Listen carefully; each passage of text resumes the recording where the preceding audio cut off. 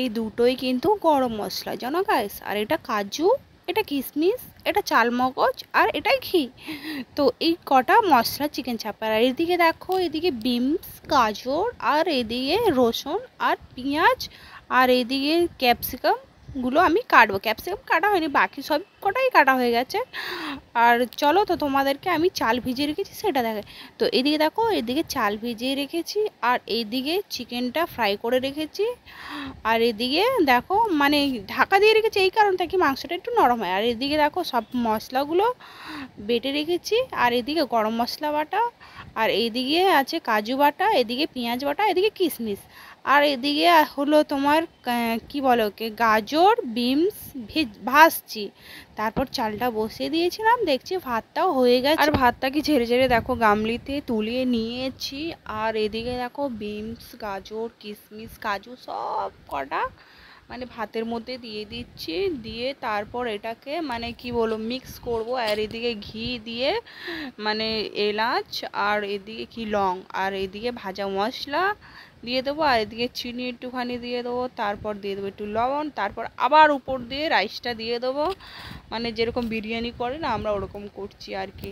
তো ভাতটা চলো এবার আমি ফ্রায়েড রাইসকে একটু মিক্স করে নেবো আর কি। মিক্স করে নেওয়া হয়ে গেলে দেখো কত সুন্দর সেন্ট যে আসছে, আর কি বলবো তোমাদেরকে। আর এদিকে কাজু আর কি বলে চালমগজ যেটা বেটে রেখেছিলাম। তো এদিকে দেখো পেঁয়াজ বাটাটা আমি কড়াই দিয়ে দিলাম, যখন তেল একটু ছেড়ে দেবো তারপরে এই যে এদিকে যে কাজু বাটা আর চালমগজ বাটা আর কিশমিশ আমি এটাতে দিয়ে দেবো একটু তেল ছাড়লে। তার আগে একটু মশলা দিয়ে দিলাম, তারপর দিয়ে দেবো এদিকে কাজু বাটাটা। কেন কাজু বাটা দিয়েও তো ভাজতে হবে আমাকে না অনেকক্ষণ ধরে, তাই এদিকে আমি কাজু বাটাটা দিয়ে দিলাম। আর এইদিকে দেখো আমি গামলি বসিয়ে নিয়েছি, তার মধ্যে একটু ঘি দিয়েছি, ঘি গরম হয়ে গেছে। এবার ঢেলে নেবো ওই ভেজে রাখা মশলাটা। ভেজে নেবো, হাফ রেখে দেবো, তাকে চিকেনটা দিয়ে দেবো, তার উপর দিয়ে আবার ওই মশলাটা দিয়ে দেবো। তো এইদিকে দেখো চিকেনটা বেশ ভালোই নরম হয়েছে। তো চলো একটা একটা করে চিকেনগুলো দিয়ে দিই।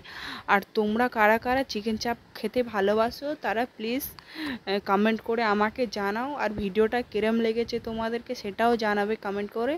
আর ভিডিওটা এই অবধি ছিল। ভিডিওটা যদি ভালো লাগে তো প্লিজ লাইক কমেন্ট সাবস্ক্রাইব করতে ভুলে যেও না।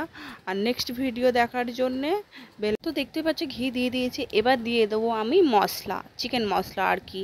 চিকেন মশলা দিয়ে দেবো, তারপর ঢাকনা দিয়ে ঢাকা দিয়ে দেবো, তাকে খেতে যেন ভালো হয়, সেদ্ধ হয়। আর ভিডিওটাকে সাবস্ক্রাইব করতে ভুলে যেও না। Tata bye.